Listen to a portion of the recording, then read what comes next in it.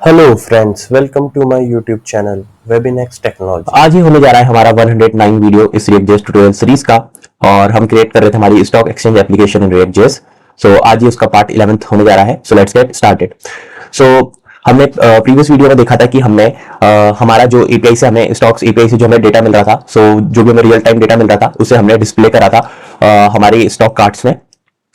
और stock card में हमने देखा था कि हमारा जो एपीआई कॉल था वो हमने हमारे होम पेज से हमारे एक यूज स्टेट में रख के और हम आइटरेट कर रहे थे स्टॉक्स मैप को, और हमारे स्टॉक कार्ड कंपोनेंट को हम कॉल कर रहे थे हमारे हर एक सिंबल के लिए जो भी हमें एपीआई रिजल्ट में मिल रहा था।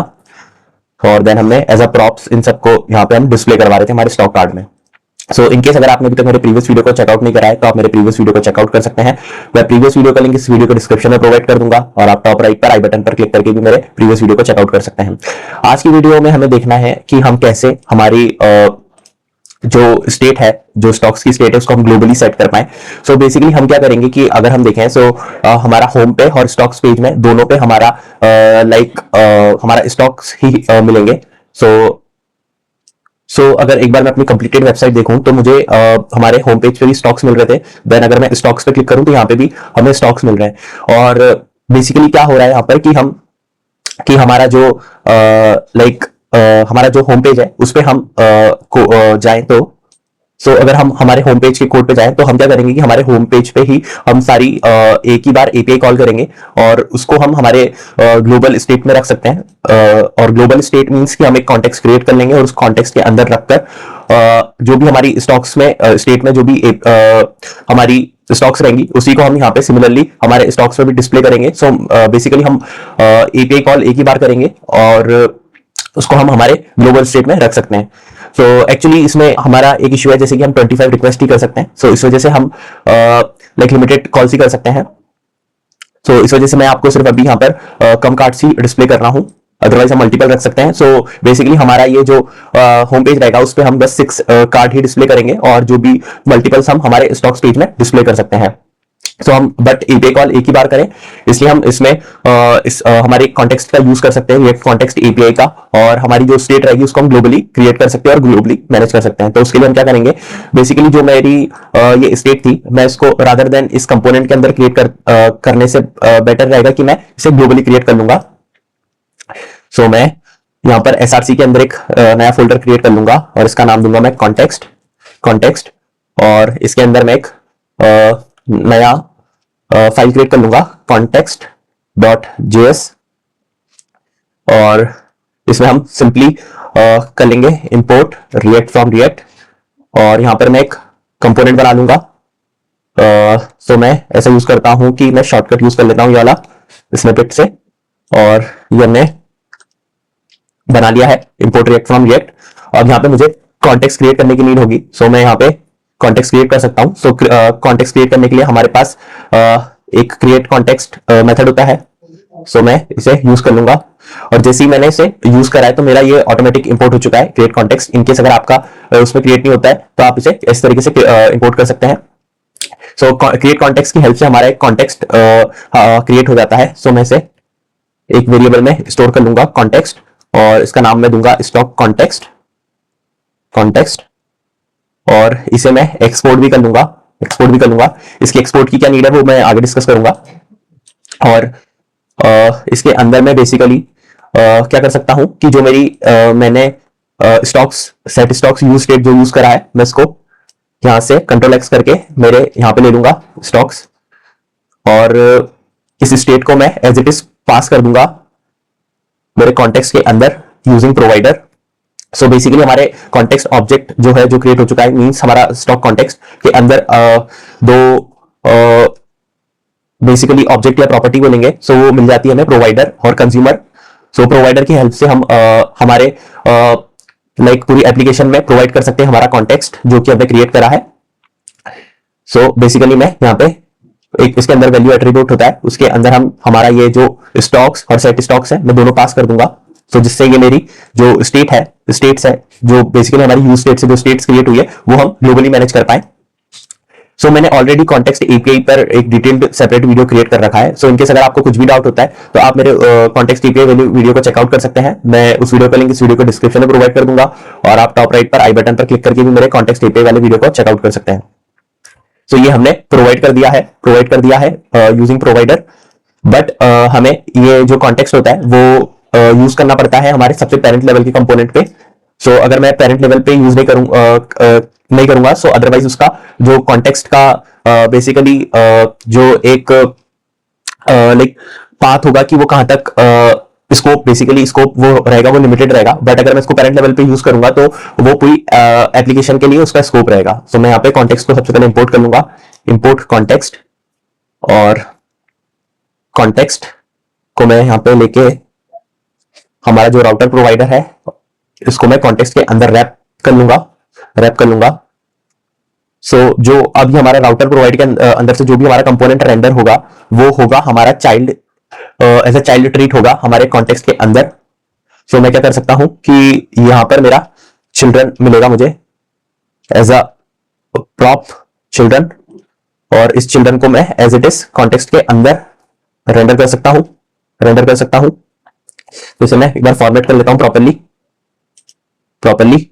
और अब मैंने ये हमारे कॉन्टेक्स्ट को ग्लोबली पास कर दिया है हमारे एप्लीकेशन पर। सो अब मैं इसको यहां पर एक्सेस कर सकता हूं। सो एक्सेस करने के लिए हमें यूज करना पड़ता है यूज कॉन्टेक्स्ट हुक। सो अब मैं क्या करूंगा कि यहां से मैं यूज कॉन्टेक्स्ट लिखूंगा, यूज कॉन्टेक्स्ट हुक, और जैसे मैंने ये एंटर करा है तो ये मेरा ऑटो इंपोर्ट हो चुका है यहाँ पर यूज कॉन्टेक्स्ट। सो इनकेस अगर आपका इंपोर्ट नहीं होता है तो आप इसको इस तरीके से इंपोर्ट कर सकते हैं। और अभी हमें यहाँ पे यूज स्टेट की नीड नहीं है तो फिलहाल मैं यहाँ से ये इंपोर्ट से हटा देता हूं। और यूज कॉन्टेक्स्ट ऑब्जेक्ट एक्सपेक्ट करता है हमारा एक argument, context object as an argument expect करता है। सो मैंने ऑलरेडी जो हमारा कॉन्टेक्स्ट ऑब्जेक्ट था स्टॉक कॉन्टेक्स्ट, इस वजह से इसको एक्सपोर्ट करा था कि हम हमारे यूज कॉन्टेक्स्ट में इसे पास कर पाए। सो यहाँ पे मैं इसे जो स्टॉक कॉन्टेक्स्ट है इसे मुझे इंपोर्ट करना पड़ेगा। सो मैं लिखूंगा इंपोर्ट स्टॉक कॉन्टेक्स्ट, और हमारे स्टॉक कॉन्टेक्स्ट को मैं यहाँ पे यूज कॉन्टेक्स्ट के अंदर एज ए आर्गुमेंट पास कर दूंगा। और अब स्टॉक यूज कॉन्टेक्स्ट हमें रिटर्न करेगा जो भी हमारे कॉन्टेक्स्ट में हमने वैल्यू प्रोवाइड करी है उसको ये रिटर्न करेगा। सो मैं यहाँ पे ले लूंगा कॉन्स्ट स्टॉक्स और सेट स्टॉक्स और सेट स्टॉक्स। सो अगर हम देखें तो हमने प्रोवाइडर के अंदर क्या वैल्यू प्रोवाइड करी थी हमारी स्टॉक्स और सेट स्टॉक्स, तो वो हमें एज इट इज यहां पर मिल रही है। और हमने क्या करा है कि स्टॉक्स की हेल्प से हमारा अब ये आइटरेट भी हो जाएगा, और सेट स्टॉक्स में हमने सेट कर दिया है। सो बेसिकली जो भी हमारा जो एपीआई का रिजल्ट था वो सेट स्टॉक्स, अगर हम देखें तो सेट स्टॉक्स हमारा यहाँ पे क्या है कि स्टेट को अपडेट करने वाला फंक्शन। सो जो उसकी वर्किंग रहेगी वो एज इट इज रहेगी। सो सेट स्टॉक से हमारी स्टेट अपडेट हो जाएगी, और यहाँ पर जो स्टॉक्स था जो कि हमने एज इट इज पास किया है सो वो हमें एज इट इज मिल रहा है। सो स्टॉक्स यहाँ पर ये हमारा जो करंट स्टेट का वेरिएबल है, और करंट स्टेट के वेरिएबल से हम ऑलरेडी हमारे जो रिजल्ट है उस पर आइटरेट करके हमारा डेटा शो कर रहे थे। सो ये एज इट इज वर्क करेगा। सो मैं क्या कर सकता हूँ, इसे मैं कंट्रोल सेव करता हूं, और यहां पर लिखा आ रहा है हमारा use state is not defined context के अंदर। सो यहां पर हमने यूज स्टेट इंपोर्ट नहीं करा है तो मुझे यूज स्टेट को इंपोर्ट करना होगा, और कंट्रोल सेव। सो हमारा ये कंपाइल हो चुका है। ब्राउजर पर चलते हैं। सो अब मैं एक बार रिफ्रेश करता हूं। सो हमारा डेटा हमें एज इट इज मिल रहा है, बट अगर हमें देखना है कि हमारा एक्चुअली ये कॉन्टेक्स्ट में सेट हुआ या नहीं, तो हम क्या कर सकते हैं कि जो हमारा स्टॉक्स पेज है इसमें हम क्या कर सकते हैं, यूज कॉन्टेक्स्ट की हेल्प से हमारे कॉन्टेक्स्ट को गेट कर सकते हैं। सो मैं यहां पे लिखूंगा यूज कॉन्टेक्स्ट, और इस कॉन्टेक्स्ट को मैं प्रोवाइड कर सकता हूं। यूज कॉन्टेक्स्ट को हमें प्रोवाइड करना पड़ेगा हमारा कॉन्टेक्स्ट ऑब्जेक्ट, तो मुझे कॉन्टेक्स्ट ऑब्जेक्ट को इंपोर्ट करना पड़ेगा। सो मैं यहां पे लिखूंगा स्टॉक कॉन्टेक्स्ट, और इससे मैं एज इट इज हमारा ये स्टॉक कॉन्टेक्स्ट ऑब्जेक्ट प्रोवाइड कर दूंगा। और सो यूज कॉन्टेक्स्ट हमें रिटर्न करेगा हमारा स्टॉक्स और सेट स्टॉक्स जो कि हमने प्रोवाइड करा है। हम यहाँ पे देख सकते हैं, और सेम चीज हमने हमारे होम पेज पे भी करी है। तो मैं इसे एज इट इज कॉपी करता हूं, और यहाँ पे एज इट इज पेस्ट कर देता हूं। सो यूज कॉन्टेक्स्ट में अगर आपको हुक में कुछ भी डाउट आ रहा होगा, सो मैंने इसमें भी ऑलरेडी एक डिटेल्ड सेपरेट वीडियो क्रिएट कर रखा है। सो आप मेरे उस वीडियो को चेकआउट कर सकते हैं। मैं रिकमेंड करूंगा कि आप जरूर उसे एक बार चेकआउट करें, क्योंकि उसमें मैंने काफी क्लियरली बहुत सारी चीजें डिस्कस करी हैं। सो उस वीडियो का लिंक इस वीडियो के डिस्क्रिप्शन में मैं प्रोवाइड कर दूंगा, और आप टॉप राइट पर आई बटन पर क्लिक करके भी मेरे यूज कॉन्टेक्स्ट हुक वाले वीडियो को चेकआउट कर सकते हैं। सो यहाँ पे मैं कंसोल करवा लूंगा, कंसोल लॉग हमारे स्टॉक्स को। सो इट मींस इसे मैं कंसोल लॉग इसलिए करवा रहा हूं, इससे हमें पता चल जाएगा कि हमारी जो स्टेट हमने जो होम कंपोनेंट में जो हमने स्टेट सेट करी है, वो हमारी ग्लोबली हमें एक्सेसिबल हो रही है या नहीं। सो मैं यहाँ पे स्टॉक्स, और यहाँ पे मैं कुछ मैसेज ले लेता हूं जैसे स्टॉक्स। सो ये हमें देखते हैं कि हमें मिल रहा है या नहीं। सो मैं इसे कंट्रोल एस सेव करता हूं, और सर्वर हमारा ऑलरेडी अप एंड रनिंग है। सो अब मुझे क्या करना पड़ेगा, बेसिकली एक बार मैं कंसोल ओपन कर लेता हूं और इसे क्लियर कर लेता हूं। सो एक बार मैं फिर से एक बार रिफ्रेश कर लेता हूं प्रॉपर्ली। यहाँ पे मैं कंसोल क्लियर कर लिया है, मुझे मेरा डेटा मिल गया है। सो मेरा ये डेटा मिल रहा है। सो और ये अकॉर्डिंग टू द कोड जो हमने लिखा है, वो हमारा हमने ग्लोबल स्टेट में सेट स्टॉक्स जो हमारी ग्लोबल स्टेट है उसमें हमने सेट कर दिया है।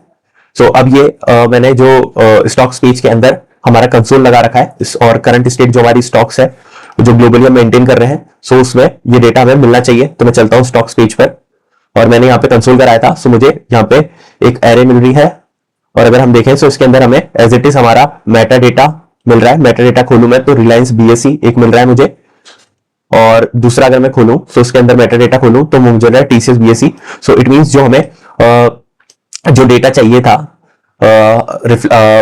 हमें जो डेटा चाहिए था जो हमने ग्लोबली स्टेट में सेट करा था, वो हमें हमारे स्टॉक्स पेज पे भी मिल रहा है। सो इट मींस हम मल्टीपल पेज पर सेम डेटा यूज कर पा रहे हैं जो हमने एक बार यूज कर लिया है, ग्लोबली मैनेज कर लिया है। सो हम आज के वीडियो में हमारा एक था कि हमें ग्लोबली स्टेट को मैनेज करना था यूजिंग कॉन्टेक्स्ट एपीआई। सो हम वो सक्सेसफुली कर चुके हैं, और बाकी इसकी इंप्लीमेंटेशन हम नेक्स्ट वीडियो में कंटिन्यू करेंगे। सो आज की वीडियो के लिए बस इतना ही, और आपको ये पूरा सोर्स कोड का लिंक मैं इस वीडियो के डिस्क्रिप्शन में प्रोवाइड कर दूंगा। सो आप ये जो भी सोर्स कोड है पूरी एप्लीकेशन का, आप उसे फ्री में एक्सेस कर सकते हैं। उसका लिंक आपको उसकी वीडियो डिस्क्रिप्शन में मिल जाएगा। सो आज की वीडियो के लिए बस इतना ही। Thank you so much and goodbye. अगर आपको ये मेरा वीडियो अच्छा लगा तो please like this video and subscribe to my channel. Thank you.